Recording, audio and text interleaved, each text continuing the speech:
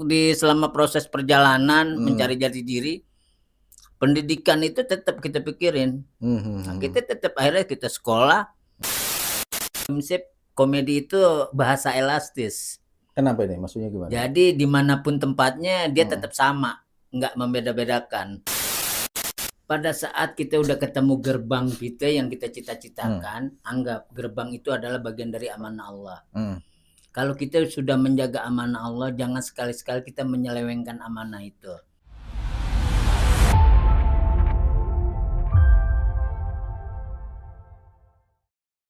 Assalamualaikum warahmatullahi wabarakatuh. Jumpa lagi dengan saya Dwi di podcast Universitas Nusa Bangsa, Kampus Merah Putih, Nusa Bangsa, Solusi. Guys, WNB Lovers, kita ketemu lagi di episode kali ini. Kita sudah kedatangan tamu yang apa ya?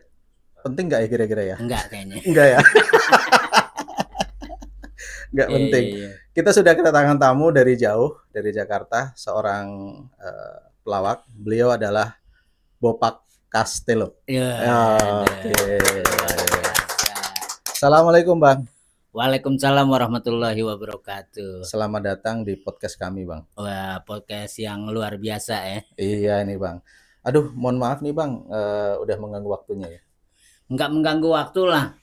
Bopak datang ke sini di Universitas Nusa Bangsa ini senang banget. Jadi kita bisa bersosialisasi. Oke. Bisa ketemu sama teman-teman kampus di sini kan, bisa berbagi. Bisa berbagi. Itu kan penting juga buat Bopak. Oke.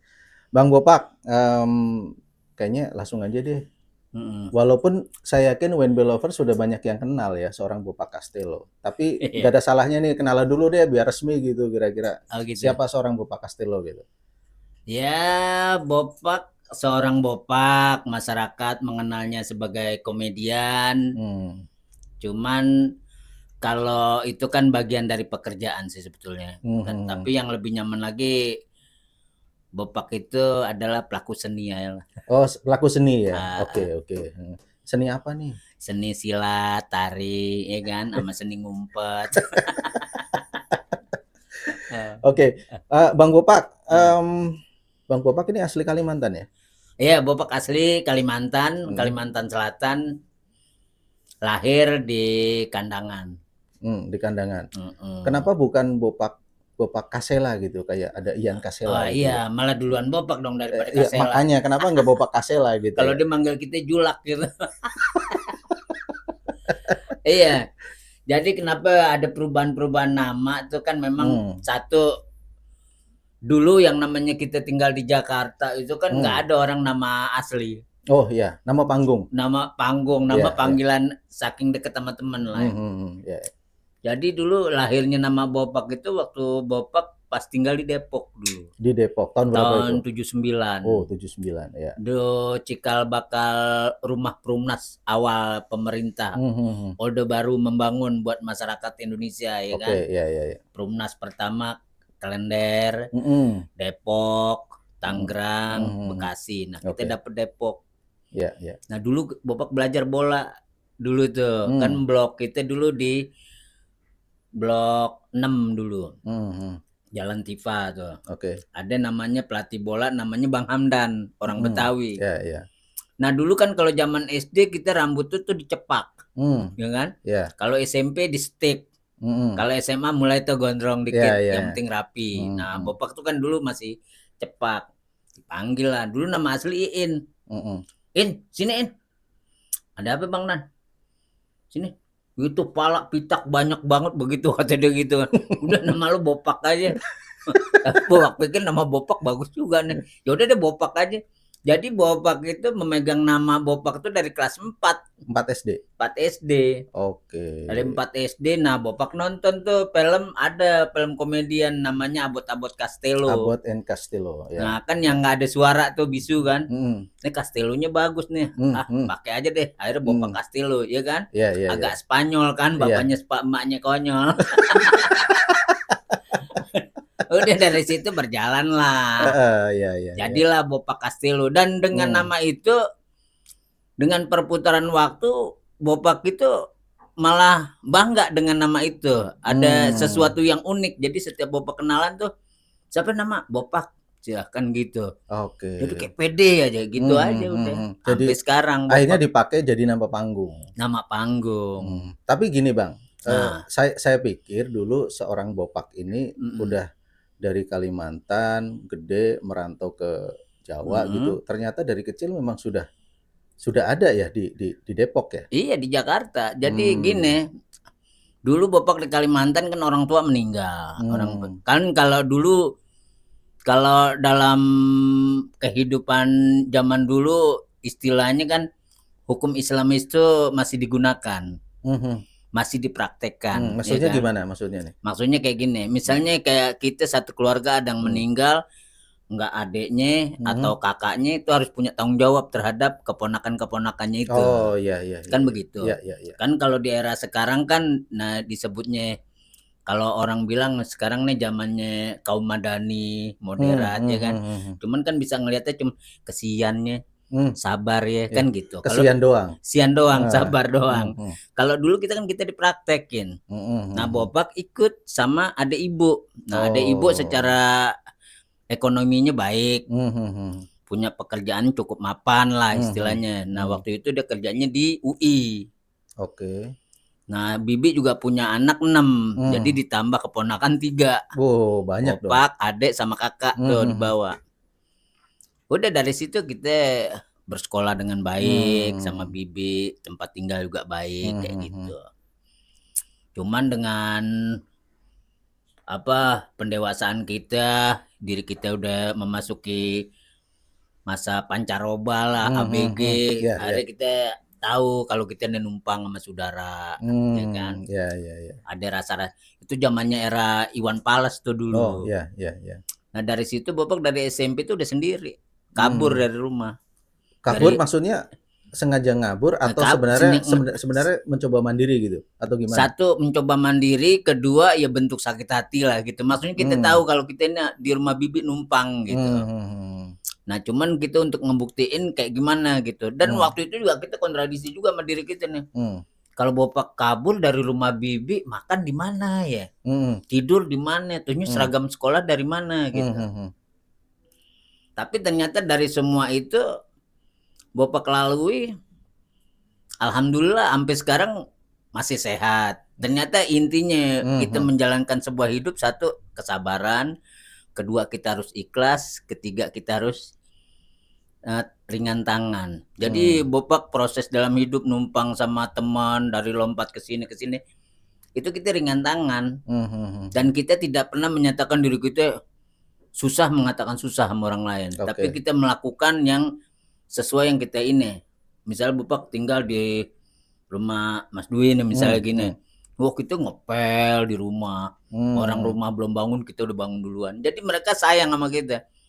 Jadi selama perjalanan Bopak sekolah itu ya keluarga temen yang ngasih ongkos, bayaran bulanan kayak gitu. Itu dari mulai SMP udah kayak gitu ya? Udah kayak gitu. Jadi Bopak udah hidup sendiri. Pindah-pindah gitu? Pindah-pindah. Pernah tinggal di Bogor, pernah tinggal, pokoknya kalau temen udah Pak lu ikut gue, udah nggak mikir panjang tuh, ayo ikut aja. Yang penting kita sekolah selamat gitu. Tapi maksudnya ikut tetap sekolah beres ya? Beres. Nah akhirnya pas tamat SMP kita sempet daftar di STM Negeri Grafika di Kemayoran. Nah di situ pun kita ikut temen juga. Ada teman kita sekarang ya udah luar biasa lah, dia udah hebat ya kan, namanya Ari Bakri. Dia mungkin kita juga kagum sama dia, dia mungkin juga kagum sama kita karena dengan masa-masa itu dia berani Bopak suruh tinggal di rumah dia di Mardani di daerah Cempaka Putih. Nah di situ kita berjalan tuh sekolah STM, cuman kelas 2 kita cabut keluar. Kenapa tuh? Ya karena kendala itulah, kita dulu apa sih? Ya intern ini aja sekolahan. Gitu. Terlalu bandel atau apa kan gitu. Tapi kita lanjutin ke SMA gitu. Iya. Tetap Bapak selama proses perjalanan mencari jati diri, pendidikan itu tetap kita pikirin. Nah, kita tetap akhirnya kita sekolah. Sampai sekarang setelah kita mau sekolah kita dapat beasiswa untuk sekolah di salah satu kampus di Jatiwaringin, di Asapiah ya kan. Waduh, perlu ijazah nih, ijazah kita udah hilang lah. Oh, gitu. Akhirnya Bapak sekolah lagi paket C. Bapak Oh. ikut paket C. Paket C. Paket Ya. C keluar, udah secara administratifnya kita aman. Nah, akhirnya kita kuliah. Sekarang kita masuk ke semester 8 untuk selesain kan gitu. Ya udah, alhamdulillah dari perjalanan itu Bapak merasa bersyukur lah. Merasa bersyukur. Makanya kadang-kadang kalau kita melihat sesuatu, jadi kita udah berpikir jangan kita melihat hari ini hidup. Jadi kita ngelihat 10 tahun ke depannya lu jadi apa kan gitu. Iya. Karena yang Bapak saksiin selama Bapak sekolah sama teman-teman yang istilahnya dulu mereka lebih mampu, makan tinggal makan, ya kan. Kalau kita kan mereka nggak tahu Bapak nih makan apa belum, dia nggak tahu. Tapi Bapak dari dulu tuh nggak pernah ngeluh. Oh, gue lapar nih, gue nggak pernah. Jadi kita diam. Jadi kalau temen ngasih kita bakwan aja udah girang, tandanya udah makan tuh gitu. Nah, kita balik lagi ke Depok kemana ya, 80% itu perubahan dari mimpi dia itu jauh. Malah ketinggalan sama gitu. kita ini secara manusia. Ya. Jadi intinya jangan sekali-sekali kita ngelihat hari ini hidup gitu. Tapi bagaimana kita ngelihat ke depannya dan kita raih di depan itu gitu. Nah, akhirnya Bapak sempat tahun 90 pulang ke Kalimantan. Dari Jakarta. Dulu waktu datang ke mana, Depok itu tahun berapa? 79. Pulang tahun 90. Itu waktu itu pengen mudik lah, intinya pengen minta duitnya sama saudara buat nebus ijazah waktu itu kan. Cuman akhirnya kan ujung-ujungnya kan saudara itu sebatas lidah aja. Oh, kayak tadi ya. Iya, kecewa kita di sana dia. Untungnya Bapak itu 2 jam sama orang bisa cepet akrab. Akhirnya di sono kan kita jadi nguli, bawa gerobak buat nganter-nganter mangga, terusnya jual cabe kayak gitu-gitulah. Di Kalimantan. Nah, mulai dari situ akhir tahun 90 balik lagi Bapak ke Depok. Dengan biaya sendiri kan gitu. Dari hasil kerja kita. Ya mulailah kita tuh frustasi tuh tentang saudara. Makna saudara kita udah frustasi lah ya. Nah, dari situ, nah di Depok ada nama perkumpulannya HMD, Himpunan Mahasiswa Depok. Bapak kumpul di situ lah. Nggak kuliah tapi ngumpulnya mana kampus gitu. Akhirnya dari situ Bapak ngumpul, dengar isu nih kata Ginanjar pindah ke Depok gitu. Nah, Ginanjar pindah Depok kan harus otomatis dia harus ikut masuk ke organisasi HMD nih karena dia mahasiswa UNAS kan. Akhirnya kita ketemu tuh sama Ginanjar di situ. Mulai nih kita masuk ke dunia seni yang sebenarnya. Pada waktu itu belum. Bang Ginanjar sudah punya track record. Pelawak sudah ya, waktu itu sudah dong, kan. 4 sekawan, lahir 4 sekawan karena waktu itu Gideon kan pecah kan. Iya. Gideon tuh lahir. Nah, ketemu tuh Bapak tuh di Depok. Dia nanya kan Bapak, "Pak, lu tinggal di mana sini?" "Ya, Gin, gue di Depok mah, di mana rumah juga rumah gue."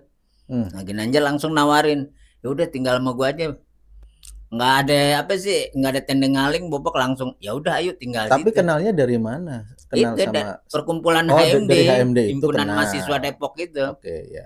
Dari situ udah kita ikut Ginanjar, mengasisten Ginanjar selama 12 tahun ya kan. Dan kita sama Ginanjar ikut pun tidak meminta gaji lo sebulan berapa, enggak. Pokoknya kita ikut, kita ada tempat beristirahat tidur, udah syukur alhamdulillah Bapak. Nah, dari situlah mulai network kita tuh dapat. Kita ketemu sama pelawak-pelawak. Wah, kita girang bener kan, mau nangis kita laki ya kan. Ya kan? Mau nangis mau sedih kita laki. Ya sekarang gimana nggak sedih kan? Orang-orang yang kita kagumin kayak almarhum Jojon, Uu, tuh ketemu semua ya. Ketemu Bapak nih sampai nyubit pipi. Ini benar nggak sih pelawak benar? Karena kan kecilnya kita ini kan dihibur sama mereka orang. Nah, tiba-tiba kan kita bisa ngobrol sama mereka itu. Bapak ini ucapan sedih kayak gimana gitu. Gini Bang, sorry saya potong. Pada saat ketemu Bang Ginanjar di HMD itu, berarti Bang Bopak memang sama sekali belum pernah berkenalan dengan dunia komedi sama sekali? Sama sekali. Oh. Iya, maksudnya yang seriusnya yang profesionalnya belum. Tapi kalau Bopak di Depok teman-teman udah tahu kalau Bopak juga suka manggung gitu. Memang darah seninya ada gitu. Jadi di SD kan dulu ke 17 Agustus. Nah, itu bagian kita ngelawak-ngelawak tuh. Tapi yang pas terjun bener-bener profesional, bener-bener oh ini nih rezeki gue di sini gitu. Nah, itu sama Ginanjar. Makanya sampai kapanpun Bopak akan berbicara dengan media kah atau di mana orang yang berjasa membuka link Bopak jadi seorang komedian, ya adalah Ginanjar, Empat Sekawan khususnya kan gitu. Karena dari mereka kita punya link gitu. Jadi rasa bersyukur kita yang namanya balas budi itu kan nggak ada nominalnya, ya kan? Kita nggak akan bisa ngebalas. Nggak bisa, benar. MOU-nya itu akhirat kalau yang namanya balas budi, ya kan? Iya betul. Nah, Bopak sama Ginanjar tuh hubungannya udah hubungan emosional. Jadi udah nggak bisa lagi lu bos gue nih. Ya lu adalah yang ngebentuk Bopak gitu. Tapi gini Bang, pada saat bareng sama Bang Ginanjar nih, mungkin apakah asisten atau apalah bunyinya.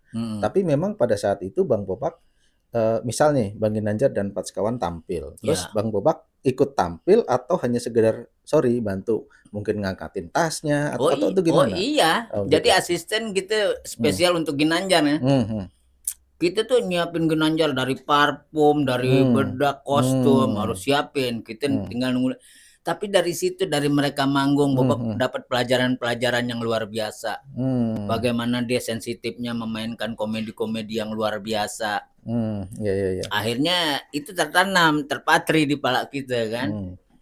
Selama kita nonton mereka tuh dia nggak pernah mengejas orang lain dalam komedinya. Oh gitu ya? Iya. Itu penting ya? Penting. Iya, tidak pernah mengejas orang lain pada saat komedi sekalipun.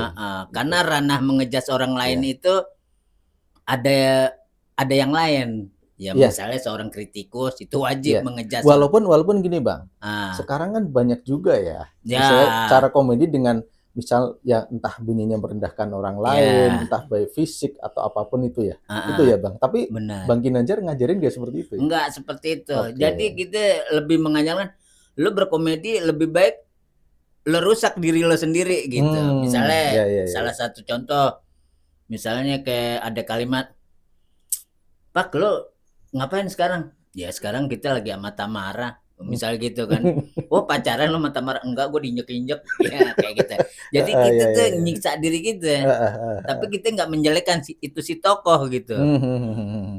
Karena kan pernah Bopak memberikan statement humor kayak begitu sampai Tamara ngasih komen.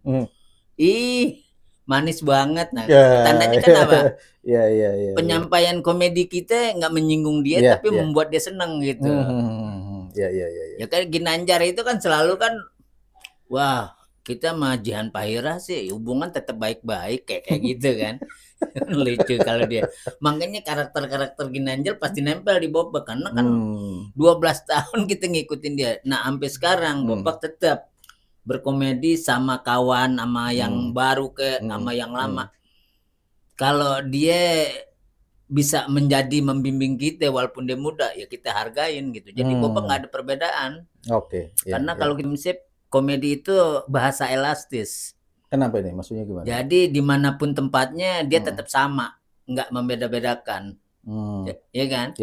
Jadi ibarat kata kita kalau bicara filosofis air ya kan. Kalau kita taruh dimanapun dia akan mengikuti apa yang ditempatkan kan gitu. Nah begitu juga komedi. Bopak sama siapapun tidak pernah membeda-bedakan. Dia mau senior, mau junior. Kalau ini buat kontribusi kita supaya lucu, kerja bareng kita jadi baik, apa salahnya kan gitu. Tapi gini Bang, saya juga percaya ya ketika Bang Bopak menjadi seorang Bopak Castello sekarang ini, pasti tidak akan lepas dari mulai geli ya. Ya mulai sih, makanya saya ngelihatnya ke sono terus gitu ya. Pasti tidak lepas dari siapa yang membentuk seorang Bopak. Artinya Bopak punya mentor yang teramat sangat luar biasa sehingga bisa menjadi yang seperti ini. Dan kedua yang kita harus ingetin juga sama generasi muda, juga sama para komedian-komedian baru. Buku itu penting sebetulnya. Membaca buku ke media apa. apalagi buku-buku yang lama, karena itu akan membuat pikiran kita itu terbuka dengan hal-hal baru, hal-hal lama itu. Dan kita bisa tahu positif negatifnya sebuah pemberitaan itu kalau kita sering membaca buku. Tapi kalau kita cuman sekedar hari ini rame, ini yang dibicarain, itu salah sebetulnya. Acuannya itu harusnya ya sering baca buku. Jadi kita bisa, oh ya ini yang bagus, oh ini yang enggak gitu. Bang. 12 tahun bukan waktu yang singkat. Ikut dengan Bang Ginanjar, belajar lah ya. Saya katakan belajar. Belajar benar. Kapan Bang Bopak secara profesional berani terjun sendiri di dunia pelawak, dunia komedi? Kapan itu, Bang? Wah, ini cakep nih pertanyaannya nih. Emang saya cakep maka. Nggak ada orang yang nanya gitu begini. Cakep nih, bagus tuh. Lama-lama kita pecat. Ya. Tenang, nggak apa-apa, Bang. Kalau berani mecat saya, Bang Ginanjar, ya, awas nih, Bang. Oh iya, benar-benar. Jadi pas kapan Bopak terjun ke profesional dan benar-benar ini rahan rezekimu lah istilahnya gitu. Ya. Jadi dulu Bopak ikut ada salah satu asistennya Mas Parto, namanya almarhum Wawan. Waktu itu udah jadi manajer kita lah, sekarang udah almarhum. Nah dari situ awal pertama kita ngomong sama dia tuh, sama almarhum Wawan. Wan, lo pasarin itu ngomongnya waktu masih hidup atau udah almarhum? Masih hidup. Oh masih hidup ya? Ya kalau meninggal dia bukan manajer aneh dong. Ini nanya apa bercanda nih? Ini bikin emosi nih. Iya, akhirnya nanya deh kita nama almarhum Wawan dong. Wan, gue lucu nih Wan. Jualin gue dong PD. Oh PD ya? Itu manusia tuh nggak pernah ngejawab. Nggak dijawab tuh waktu itu. Pas dijawabnya, Pak, ini ada kerjaan nih. Kita sebutin nggak stasiun TV-nya RCTI? Nggak, boleh. Nggak usah sebutin, tapi RCTI ya Bang nggak? Udah, RCTI. Bopak girang dong ya. Wah kita on air nih. Nggak tahunya bukan on air, off air. Jadi ada acara di RCTI, kan ada penonton. Nah penonton ini kan sampai malam, kalau ngantuk harus dihibur. Nah bagian yang hibur tuh yang ngelawak Bopak. Jam berapa itu? Itu bisa jam 1 sampai jam 3 pagi. Itu yang waktu itu mulai gabung sama Ajis. Ajis, Ragil sama Bopak bertiga tuh. Ngelawak situ. Wah udah dari situlah pengalaman tuh kita terlatih manggung kayak begitu. Nah akhirnya Bopak masuklah manajemen dia. Wawan tadi. Jadi udah mulai dari situ belum ada pekerjaan dulu. Nah kita mulai tuh waktu ada film-film yang agak nyerempet tuh komedi tengah malam. Nah ini dia. Nah Bopak mulai berangkat dari situ. Tapi dari situ belum naik juga. Nah akhirnya kita dapat proyek Tawa Sutra. Mulai berjalan. Nah naik-naiknya pada saat kita main di RCTI itu Sahur Semua Sahur. Waktu itu bareng sama Komeng. Dari situ keangkat lah kita. Nah akhirnya wah kita ada rezeki. Akhirnya udah. Mulai dari situ kita punya program sendiri. Masuk YKS. Terusnya kita sempat kolaborasi kerja bareng sama Ruben, sama Ayu Ting Ting. Ayu Ting Ting tuh baru tuh pada saat itu tuh. Kita buat program ada-ada aja dulu. Dari situ sampai sekarang kita berjalan dan kita menjaga reputasi itu sampai sekarang. Nah, akhirnya Bopak kecebur di sinetron. Nah, sinetronnya ini fenomenal juga. Namanya Jodoh Wasiat Bapak tuh. Dari sinetron itu udah sampai sekarang kita terus berputar. Ya alhamdulillah akhirnya dulu kita tidur bareng sama bintang sama bulan. Ya enggak. Sekarang kita tidur udah ada gentengnya, ya kan. Mandi lama udah nggak dipelototin lagi sama orang lain, ya kan. Terusnya kita makan bisa buka lemari sendiri. Kalau dulu kita buka pelan-pelan banget. Tuh siapa yang buka lemari makanan? Dulu hal-hal gitu kan kita dapetin. Sekarang kita bisa buka sendiri dengan bebasnya. Kedua, Allah memberikan kita sayang yang luar biasa sama hambanya. Kita dikasih istri yang baik dengan usia yang masih muda, ya kan. Dikasih anak yang luar biasa. Ya kalau sekarang Bopak akhirnya lebih banyak bersyukur. Bukan ngelawak ya? Bukan, kita serius nih sekarang. Tadi mau ngelawak cuman kan biniannya melotot mulu. Oh gitu ya. Jadi kayak gitu. Oke. Nah gini Bang, kalau selama melawak ini, itu Bang Bopak berarti tidak punya grup ya? Dulu sempet ada grup. Sempet? Kan dulu sempet kita grup sama adanya Ginanjar, adanya Derry, terus sama teman kita dong di Sukabumi si Aris. Nama grup kita Garis Grup dulu. Nah dulu kita ikut lomba di salah satu organisasi, ya kan? Tentunya lomba di HAM namanya, kita itu humor ala mahasiswa. Ya di situ sih kita cuma dapat ini 10 lah, nominasi 10. Tapi yang masuk tuh cagur, dulu tuh sangkatan cagur. Oh, cagur. Ya. Jadi dari situ, cuman kalau sama grup nggak begitu lama. Itu memang mungkin Bang Bopak kurang nyaman di grup atau karena udahlah kita sendiri-sendiri aja gitu? Ya sebetulnya sih nyaman-nyaman aja, cuman kan yang namanya grupnya ada karakter yang berbeda-beda. Nah kita lihat karakter mereka nih yang kita bilang tadi. Kalau kita nggak melihat ke depan, cuman melihat hari ini ya resikonya kayak begitu. Nah teman-teman itu melihat yang hari ini. Karena mereka tuh adanya si Ginanjar, adanya Derry, yang Ngatu Mambu. Nah kalau kita mau terjun begini kan sebetulnya emang niatan kita harus jadi nih grup gitu. Ternyata dia nggak satu visi. Akhirnya Bopak narik diri jadi kru akhirnya. Kru di film, kru di bikin sinetron. Basic krunya lebih kuat dulu kita sama teman-teman. Nah dari situlah kita mulai belajar. Akhirnya Bopak punya keputusan kita lari ke Bogor. Lari ke Bogor tuh waktu kasus Derry. Nah pengacaranya Pak Januar tuh. Pak Januar ini tinggal di Gunung Halang. Nanya lagi ke Bopak sama dialognya sama Ginanjar.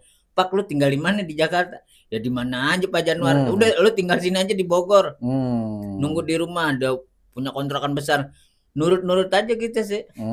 Nah pas kita pindah dari situ kan otomatis kita kontak sama komedian ketutup. Tapi Bopak yakin waktu itu.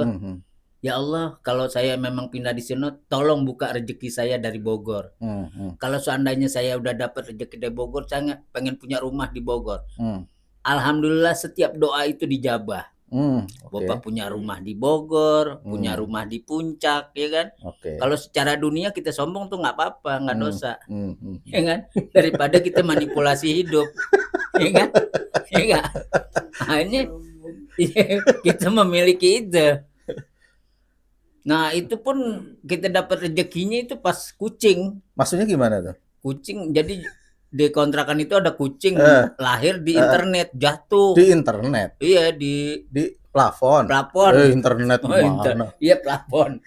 Jatuh. Bapak kaget kan? Buk, 3 kucing. Wah langsung kita piara tuh pakai baju kita bikin tempat tidur. Malamnya jam 12 nih hadiah ulang tahun yang paling dahsyat Bapak selama hidup tuh. Itu pas ulang tahun Bopak tanggal 19 Mei itu kan. Biasanya kan apes mulu ulang tahunnya. Ini hari itu kita alhamdulillah kucing jatuh, ditelepon nih sama manajer kita almarhum. Pak, besok kita ada program nih 3 televisi. Alhamdulillah ya Rob, kita bilang. Besok kita tuh program di SCTV. Di TPI. Tapi jangan disebutin ya Bang. Jangan disebutin NTP, soalnya kan disensor tuh, ya kan. Oh iya, dia aja nggak ngasih kita kan, pakai disebutin NTP. Ntar kita minta. Akhirnya udah kan. Nah pas kucing itu meninggal, 3 program juga meninggal. Tapi dari situ masih berlanjut. Alhamdulillah berkah. Gitulah. Iya. Oke Bang, menarik ya. Tadi perjalanan dari yang mulai grup ternyata nggak jalan itu. Saya ada satu hal nih Bang, minta komentar nih. Saya udah riset dulu nih siapa Bopak Castello kan, sudah baca-baca nih. Udah baca-baca ya. Bisa cerita nggak tentang kereta sama penjara itu Bang? Kereta penjara itu, iya. Ada apa tuh Bang? Jadi dulu itu kan kalau zaman-zaman gitu tuh ya, kalau kita tamat sekolah, tuh harus saingan sama teman. Kita ke Bali Pak. Teman-temannya anak Depok. Kita tunggu di Pantai Kute. Tapi syaratnya jangan pakai ongkos. Kayak kereta. terserah, yang penting nggak pakai ongkos ya. Itu teman-teman kayak gitu ya? Oke. Ah ini bapak berangkat dong naik kereta. Naik kereta kan dulu ada namanya polisi kereta tuh. Itu tahun berapa tuh? Sorry. Itu tahun 86 86, 87. 87. Oke, terus? Itu kan udah selesai itu kan kita berangkat. Nah itu kejadian di Tegal. Jadi mungkin polisi bawa penjahat. Penjahat tuh istilahnya, Pak polisi saya mau kencing dulu nih, kencing. Udah dilepas, nggak taunya kabur. Nah mungkin pelampiasannya penumpang-penumpang yang nggak bayar. Nah termasuk bapak kena karena nggak bayar kereta kan. Itu zamannya Tai Chi dulu, senam Tai Chi. Todong gitu ke pistol. Akhirnya ditangkap di Tegal. 7 hari kan. Senam tiap pagi tuh. Wah, menatap bulan, menangkap awan, disamber naga. Senam terus tuh. Nah dari situ keluar nih, dapat surat dari penjara tuh, dari LP. Nah kalau bapak kan tipe orang udah dapat surat, udah aja dapatnya. Cuman sama sipirnya dibilang, Pak Bopak ini surat bermanfaat ya, selama Anda pakai surat ini sampai Jakarta gunakan, katanya mau makan apapun gratis gitu. Nah kalau temen kasak kusuk, kita emang nggak merhatiin kasak kusuk ngapain sama sipir kan gitu, udah selesai deh tuh ya. Tiap makan nih berdua, wah teman pertama makan, wah langsung tuh yang punya rumah makan ngasih duit tuh cakep-cakep, banyak gitu kan, sama makanannya cukup. Wah hebat juga tuh surat, kita bilang kan gitu. Itu bareng teman-teman berarti waktu ditangkap? Ada yang di Jakarta tuh dia ketangkep sama kita juga bareng kan. Kirain sendirian bukan ya? Enggak, karena kan banyak yang ini. Nah ini bapak nggak makan dong, dengan pedenya kita ngasih surat juga, nih kasih surat. Itu dikasih makannya lebih banyak dari teman bapak tuh, tinggi, sampai kucing liwat nggak kelihatan tuh. Sama duit kasih duit recehan. Dalam hati gini, kalah lo sama gue. Dia lebih takut sama gue. Tuh nasi aja munjung. Udah keluar selesai makan keluar doang. Itu lo dikasih duit banyak juga, kasus lo apa? Pembunuhan pak. Ya pembunuhan. Mendingan gue nasi banyak. Pas kita baca kasus Bopak, kasus gembel. Pantes dikasih banyak. Kasus gembel. Pulang aja. Pantes dia dapat duitnya tebal-tebal. Nganin pala ikan ada ya kan. Kasus PD Indrayana Bidwi, kasus gembel, pulang aja. Ini lu pelajaran aja. Aneh bilang kasus gembel. Tapi suratnya masih ada nggak itu? Udah hilang. Kalau masih ada cakep tuh ya. Cakep benar. Iya, aduh. Bapak tuh dulu rajin ngumpul-ngumpulin surat itu. Dulu kan kalau syuting juga kan ada surat calling, itu kita kumpulin, pada hilang. Ya wajar lah orang hidupnya numpang di mana-mana. Lemari kan kadang-kadang bukan lemari kita, ya kan? Nah dari situ Bapak sempet zamannya warnet ya kan, masih gratis tuh. Nah, akhirnya Bapak belajar dong teman-teman. Pak, ini warnet mah kenalan sama cewek-cewek banyak nih Pak. Indonesia nih banyak, malas Indonesia, luar negeri dong gitu. Akhirnya dapat luar negeri tuh Australia. Akhirnya coba lo Nen. Hai, dijawab sama Australia. Hai. Akhirnya Bapak ditanya, what is your name? Wah, akhirnya Bapak jawab dong. My name Bapak Castello. Tuh dibalas lagi tuh Pak. Where do you come from? Oh, lu ditanya Pak katanya. I am from to Indonesia kata gitu. Akhirnya tuh bule balas lagi. Send you picture. Pak lu suruh ngirim foto. Nah, oh gitu ya. Akhirnya kan kalau yang namanya komputer kan ada kamera solusinya kan tipis gitu ya. Set kirim foto Bapak. Set dibalas lagi sama bule. Goodbye. Mungkin pulang ajar. Pulang ajar. Jadi komentarnya singkat, padat dan jelas. Menyakitkan. Goodbye. Mulai malas main warnet ulang. Itu satu ruangan pada ketawa. Syukur. Makanya muka operasi. Aduh. Oke Bang, menarik ya. Jadi namanya komedian ternyata kisahnya juga lucu-lucu ya. Lucu-lucu. Tapi gini Bang, ketika masuk di dunia komedi atau mungkin dunia artis lah saya bilang, karena kan main juga di sinetron kan. Nah, pasti banyak nih kan suka dukanya. Benar. Nah, saya pernah dengar tuh kalau di dunia perartisan gitu memang yang namanya narkoba Itu tuh sangat lekat ya. Itu benar nggak sih Bang? Ya kalau untuk sekarang sih kalau Bopak kan secara pribadi nggak heran lah ya. Karena dari separuh umur Bopak itu masuk di dunia itu. Karena kalau dulu kalau kita tidak melakukan itu teman sepi atau apa. Jadi Bopak dulu melakukan hal yang sifatnya kekiri-kirian itu ya bukan karena paksaan orang lain. Atas dasar kemauan sendiri dan keadaan. Udah gitu kan dulu di era tahun 80-an itu kan sudah membudaya itu. Jadi nggak kelihatan sampahnya lah. Kalau sekarang ini kan definisi orang mabok ini kan nggak masuk logika kita sekarang. Maksudnya gimana? Ya sekarang secara perekonomian kita bagus, pergaulan kita tertata dengan baik. Kalau lu masih bodoh aja minum atau narkoba itu kan tandanya operasi otak harus diulang lagi, ya kan? Kalau sekarang, kalau dulu kan satu lingkungan sepi, kedua undang-undang belum kuat. Dulu kan undang-undang narkoba itu masih ringan, ya kan? Terusnya yang namanya sabu kayak inek dulu belum ada undang-undang. Kalau sekarang undang-undang masih ada, lo melakukan itu kan ya sama juga kita ini keledai, ya kan? Masuk di lubang yang sama. Nah kalau Bopak terjun untuk sekarang ke narkoba lagi, ya mendingan kita masuk pesantren, tandanya otak lo lagi kolab kan gitu. Berarti zaman dulu yang namanya narkoba itu bisa dibilang umum ya? Umum, udah umum. Apalagi di kalangan artis. Di kalangan artis itu udah hal biasa. Cuman kan kita ini dulu tidak bersentuhan dengan media terlalu dekat dulu. Dan media juga tidak akan bisa menarasikan pemberitaan itu secara sembarangan dulu. Kalau sekarang kan media ini bisa dihitung, iya kan? Yang legalitasnya dipertanyakan dan tidak dipertanyakan kan banyak. Oh iya. Iya kan? Iya. Nah sekarang aja orang yang tidak punya berita aja bisa memberitakan orang, iya kan? Iya, benar. Kita lagi ngomong begini berdua disangkain kita homo gimana? Ya istilahnya kan gitu. Nah itu maksudnya hal-hal kayak gitu.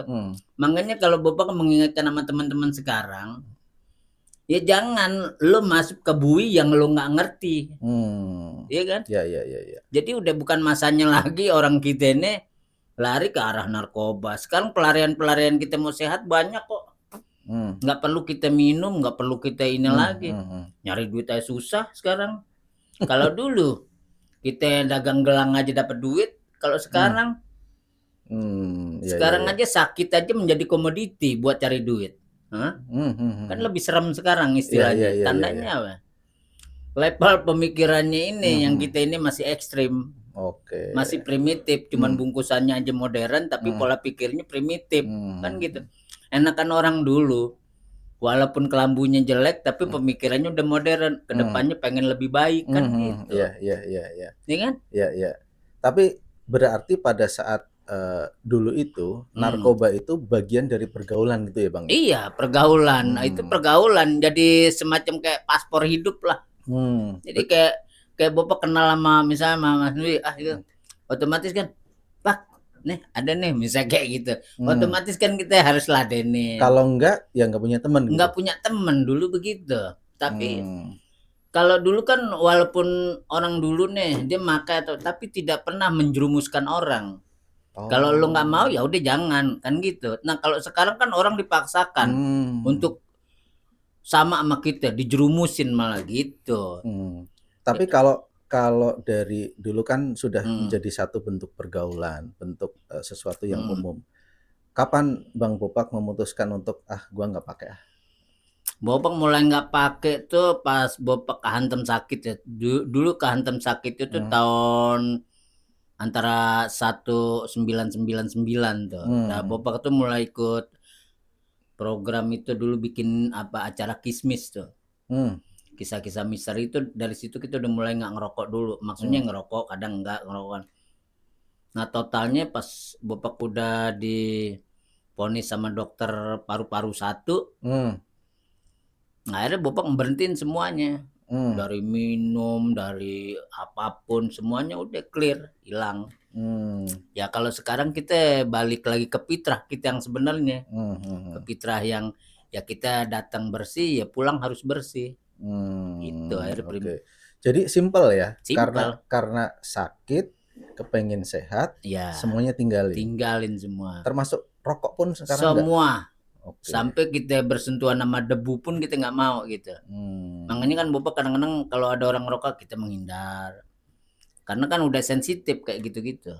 Akhirnya, tapi alhamdulillah nyaman dengan hidup kayak begini. Udah gitu kan istri juga menunjang kita untuk peka terhadap hal-hal yang merugikan diri kita. Istri itu selalu mengontrol dan kita nggak marah. Biasanya kan kita marah. Tapi selama ini kita diajak yang positif sama istri, kenapa enggak? Kenapa enggak ya udah kita ikutin. Makanya sampai sekarang ya memang perjanjian kita ini kan kalau Bapak memiliki rezeki apapun, istri dapat dari manapun, jadilah yang punya tanggung jawab secara manajemen hidup. Nah, akhirnya Bapak tuh nggak ngerti yang namanya nominal penghasilan kita, itu cukup istri yang tahu. Kita nggak punya ATM, jadi kita puasain secara dunia itu semua. Supaya kita tidak ada underestimate sama orang lain atau sama istri. Jadi kita merdeka hidup kita. Berarti udah diatur sama Menteri Keuangan gitu Menteri ya? Keuangan, karena kan kita laki-laki harus begitu. Tapi kalau kita laki-laki cuman berapa keluar mah, berapa, hari lu pusing, ngapain lu punya istri, kan gitu intinya. Jadi Bapak udah 100% istri yang ngatur. Ya. Mau urusan apa, mau urusan oli apa, udah istri. Kita emang nggak mau tahu. Ya kan? Cuma bersih aja gitu. Kita tugasnya cuman badan kita sehat, kita cari rezeki yang baik, udah. Oke, Bang, main medsos nggak? Main sih. Sering nggak ada komen-komen yang negatif-negatif gitu dari netizen gitu? Ya awalnya ada negatif pada saat Bapak awal nikah sama istri yang sekarang kita itu banyak komen-komen yang negatif, kayak komen, wah lo banyak duit aja dapat wanita cakep atau pakai gini-gini. Terusnya istri kita juga dibully, lo juga suka Bapak karena begini-gini. Tapi dengan berjalannya waktu netizen juga berpikir, ternyata ya kita nothing tulus sama istri, kita ikhlas dan istri kita juga ikhlas. Akhirnya netizen kejebak juga dengan ucapan dia. Kalau Bapak mau prinsip, tetap sih kita nggak mau ngambil pusing, karena begini sih hukum netizen kan kayak begini. Setiap kalimat yang menyakitkan, selama kalimat itu masih nempel di dunia medsos, ya itulah tabungan dosa-dosa lo yang lo tanam di diri lo sendiri, kan gitu. Kita udah nggak perlu, itu udah hukum Tuhan nanti yang ngatur. Dosa jariah ya? Dosa jariah, deposit. Deposit dosa itu. Kita ngebangun deposit dosa kayak begitu kan ngeri. Makanya Bapak menghadapi netizen ya udah santai aja. Terserah lah kan gitu. Jadi kalau ada komen yang negatif, dibiarin atau dikomen dengan komen yang santai atau gimana nih, Bang? Ya paling Bapak biarin aja ya. Biarin aja, biar dia dengan puas dengan kalimat terakhirnya nih apa kan gitu. Kalimat terakhir emang udah mau meninggal ya? Iya kalimatnya. Oh iya ya, jangan dong. Mudah-mudahan kita sehat terus. Ya paling kalau ada kita komen atau kita marah sebentar, macem-macem aja netizen kayak ini gitu. Kadang-kadang kita periksa lagi nih orangnya siapa nih, kita lihat ya standar ekonominya nih memprihatinkan, pantas penyakitnya gitu kan gitu akhirnya. Ya, tapi itu nggak sampai ketulis kan? Nggak ketulis, cuman kita lihat ya nih ekonomi lemah yang ngomong gini, udah selesai. Simple ya? Iya. Jadi tandanya apa? Penyakit hati dia kebawa juga kan gitu. Ya kita harus berlaku bijak ngadepin kayak gitu, ada biarin aja lah. Biar dia ada kerjaan buat merotes orang kan gitu. Oke Bang, tadi kan seorang Bopak berawal dari nasib hidup yang nggak jelas, lontang-lantung sono kemari, kemudian menjadi seorang komedian yang saya bilang cukup sukses ya di level di Indonesia. Bopak sangat alhamdulillah terkenal gitu ya. Cuman hatinya kayaknya nggak nyentuh ke kita. Iya memang. Ya, terus. Tapi gini Bang, setelah aktif di dunia komedi ini, apa nih mungkin rencana ke depan? Gue mau sampai kapanpun sampai udah nggak sanggup lagi mau tetap di komedi, atau kira-kira nanti suatu saat gue harus berhenti terus harus gini, ada nggak tuh kepikiran Bang? Ini pertanyaannya juga oke juga, tapi ya kita patahkan ya stigma itu ya. Maksudnya stigma masalah komedi itu ada batas atau tidaknya kan gitu. Sebetulnya masalah dunia seni apapun, apalagi misalnya kayak generasi sekarang yang udah sekolah di sekolah komunikasi ini, sebetulnya tidak ada kata pensiun. Semasih kita kreatif, semasih kita menjaga silaturahmi, itu dunia seni tetap berjalan seperti matahari. Itu nggak ada matinya. Jadi kita tak usah takut. Karena Bapak melihat contoh-contoh tokoh-tokoh Bopak yang kita kagumin kayak misalnya Nori, Haji Nori, itu kan sampai meninggal di dunia seni. Iya. Terusnya siapa lagi? Haji Jojon, almarhum Oo. Mereka kan di dunia seni semua. Mungkin sekarang kali orang tidak pede dengan dunia seni, akhirnya terjun ke dunia politik. Tandanya dia nggak percaya sama diri dia sendiri di dunia seni kan gitu. Tapi apapun itu kan tuh pilihan. Tapi kalau yang jelas, kalau Bopak tetap cinta dengan pekerjaan Bopak sebagai seorang komedian, ya Bopak berdoa kita masih dikasih sehat. Amin. Biar ajal yang menjemput penyelesaian kita di dunia komedi. Paling doa kita orang di sekitar kita tetap bahagia, kita mampu memberikan hal yang terbaik untuk keluarga, anak, dan teman-teman di sekitar kita. Itu aja doa Bopak mah. Oke, Bang, kalau misalnya saya minta pendapat nih, dunia komedi saat ini apabila dibandingkan dengan dunia komedi mungkin tahun 80-an ke sono, ada perbedaan mendasar nggak yang Abang lihat? Yang jelas ya pasti ada ya. Satu, kita lihat ritmenya, maksudnya zamannya. Kalau di zaman kita misalnya berpatokan di tahun 80 sampai 90, 95 lah. Itu kebersamaan dunia komedi itu masih oke. Masih istilahnya kalau kita bintang tamu dimanapun tempatnya, kalau kita lucu kita di-keep, kita dijaga. Iya. Kalau sekarang ini nggak bisa kayak begitu. Maksudnya jadi kalau gimana? Maksudnya misalnya gimana? kayak Bopak bintang tamu di mana gitu, kita memberikan sesuatu yang lucu, itu tidak di-keep karena ini kalau menurut nalar kita nih yang simpel. Apakah memang teman-teman merasa keganggu di programnya pas ada kita itu doang? Oh gitu. Jadi kan jadi sempit akhirnya. Akhirnya program-program televisi. Akhirnya komediannya itu lagi kesini itu lagi. Padahal iya. Banyak komedian-komedian yang lucu, komedian-komedian yang punya talentanya baik, tidak dikasih kesempatan sama stasiun TV. Atau mungkin gini Bang, itu kan kalau bisa dibilang ya lagi masanya dia gitu. Ya kalau masanya dia, Bapak gua dulu punya masa, tapi tetap kita mengkip orang lain. Oh ini lucu nih, tarik. Ini tuh lucu, tarik gitu. Tapi karena ada, kan walaupun unggapan itu bagian dari kebutuhan. Ada kaitan dengan permintaan pasar nggak sih Bang? Misalnya gini, jangan ngundang Bopak deh, walaupun lucu tapi gini-gini, jangan ngundang si A si B deh gitu. Ada nggak sih kayak gitu? Ya itu sih sesuatu yang klise kali ya. Tapi ya mungkin kalau kita lihat kalimat kayak begitu mungkin ada juga yang gitu, bisa jadi. Dengan bahasa lain, good lookingnya dilihat. Ya misalnya ya. Itu pasti ada. Itu biasanya stasiun TV itu kayak begitu, good lookingnya. Kedua, passionnya belum dapet nih di sini kayak gitu. Padahal penonton Indonesia itu kangen komedian kayak dulu, komedian yang bercerita, komedian yang tidak mengejas orang lain. Tapi memang dia nonton komedian itu harus yang lucu dan menghibur dia di rumah, itu doang. Ya, justru kan sulitnya di situ, Bang. Nah, ya. Ketika bisa menghibur orang tapi tanpa merendahkan orang lain, mengejudge orang lain, tapi bisa tetap kena gitu ya. Gernya kena gitu. Itu yang memang tidak mudah. Nggak mudah, makanya kalau sekarang kenapa Bopak juga bukannya kita nggak laku di televisi, stasiun TV mana gitu. Kalau buat Bopak pribadi kita udah mengukur sekarang. Mungkin satu karena kita faktor usia, kedua kita harus bijak, ketiga ya kita harus yang pas gitu. Tapi kalau komedi yang masih cuman bercandaan di lingkungan aja buat mereka lucu tapi buat masyarakat nggak ngerti buat apaan kan gitu. Iya. Kan lucu itu macam-macam. Ada lucu yang kita tahu berdua aja kita pasti ketawa dong. Iya. Tapi secara umumnya apa sih yang diketawain? Itu memang lucu tapi intern buat kita berdua. Ini yang sering dilakukan di televisi sekarang. Oh, iya. Kalau yang kita nggak masuk ke dalamnya kan nggak akan ketahu. Kalau Apa sih ngelobrolin kan yang gitu. bukan circle-nya nggak tahu.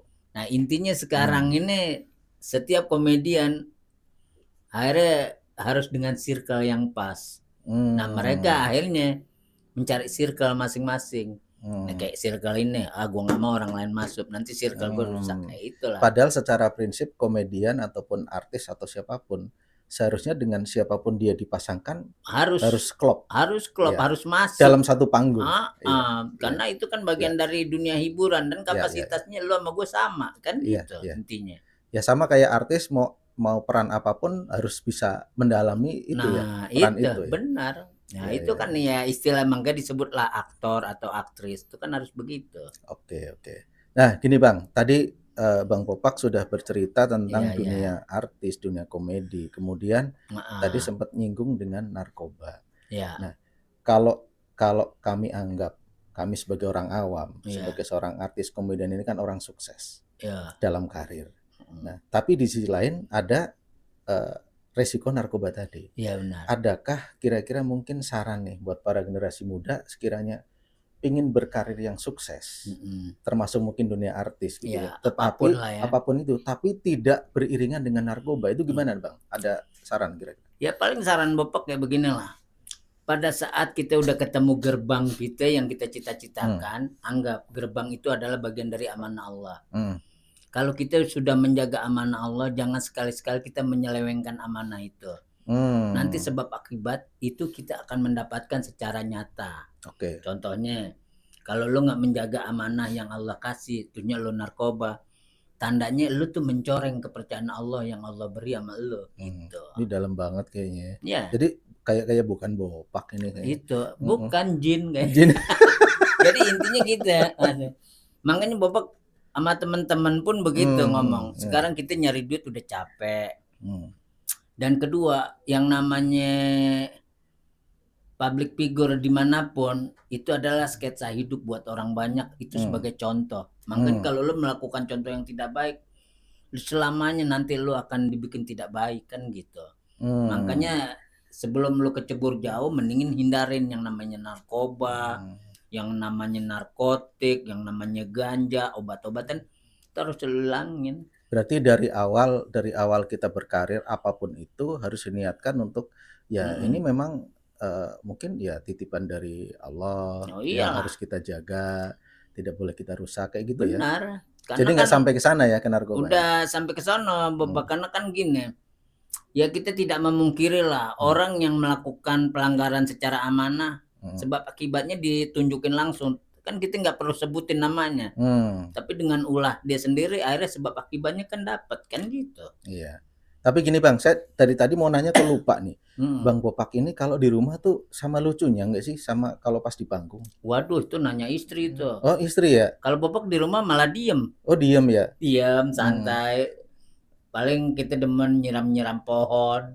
Demen-demen miara ikan atau apa gitu. Tapi atau jangan-jangan lucunya gara-gara dibayar ya Bang ya? Bisa jadi.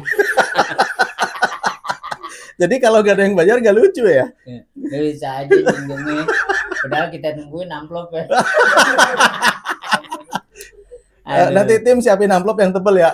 Amplopnya aja. Tadi nanya cuma amplop kan? Amplopnya doang. Kalau misalnya isinya kosong kita nginep di kampus. Aduh. Oke. Tapi ya tadi ya bahwa ketika kita sedang tampil di dunia kita ya harus menjadi contoh tadi ya. Iya. Pokoknya intinya ya udah, pokoknya kita harus respect dengan diri kita sadar dengan amanah yang Allah kasih. Kedua, pokoknya kita selalu nothing tulus dan kita menyambut esok yang lebih baik kan gitu. Oke. Ini akhir-akhir ini jadi nggak lucu nih, terlalu serius, males saya. Iya. Ada yang lucu Mas Dwi sekarang. Kalau lucu dipecat dong jadi. Itu makanya. Oke, Bang. Sebagai akhir dari obrolan kita, ada nggak closing statement mungkin entah itu pesan atau quotes yang menarik atau apa, Bang? Silakan, Bang. Oh iya. Jadi buat teman-teman khususnya anak-anak kampus apa nih? Universitas Nusa Bangsa. Universitas Nusa Bangsa. bahwa kita melangkah, jangan sekali-sekali kita melihat kita adalah seorang pemikir yang lahir dari kampus. Tapi bagaimana kita action menunjukkan untuk orang banyak bahwa sesuatu yang positif itu lebih baik gitu. Oke, sesuatu yang positif itu lebih baik. Gitu. Terima Jadi kasih. Intinya bekerjalah, jangan sampai ngejas orang. Kerja. Nanti kita akan nemukan yang sebenarnya. Dan kita fokus dengan apa yang kita kerjakan. Betul. Bukan mencari kesalahan orang gitu. Ya, janganlah. Kalau kita mencari kesalahan orang lain tuh lautan aja nggak ketutup. Ya kan? Oke. Makanya Bopak dicari kejelekan sama Mas Win ya. Wow, jelek semua.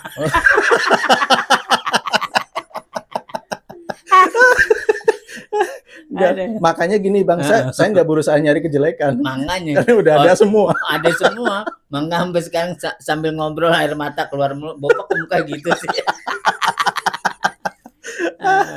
Oke, Bang Bopak, terima kasih ya. Iya, sama-sama Mas Dwi. Kita kesempatan dikasih ngobrol di sini. Mudah-mudahan bermanfaat semuanya. Amin. Nanti barangkali di kegiatan lain kita bisa ketemu ya. Wah, Bang ya. Harus. Kita tunggu nanti sama Bang Ginanjar barangkali. Iya, nanti kita obrolin ya. Kita bisa ketemu ya. Mudah-mudahan langkah serius nih. Oh iyalah, harus serius ya. Oke, terima kasih Bang Bopak atas kehadirannya. Sama-sama. Ya, mudah-mudahan bisa memberi inspirasi buat UNB lovers ya semuanya. UNB lover ya. UNB lovers, pecinta UNB. UNB, pokoknya harus cinta. Jadi walaupun seorang Bopak yang kita kenal sebagai komedian, ternyata kalau lagi serius ngeri juga ya. Ngeri ternyata. juga ya. Kata macan. Oke, UNB lovers, kita jumpa lagi di podcast selanjutnya. Ya. Nusa Bangsa Solusi.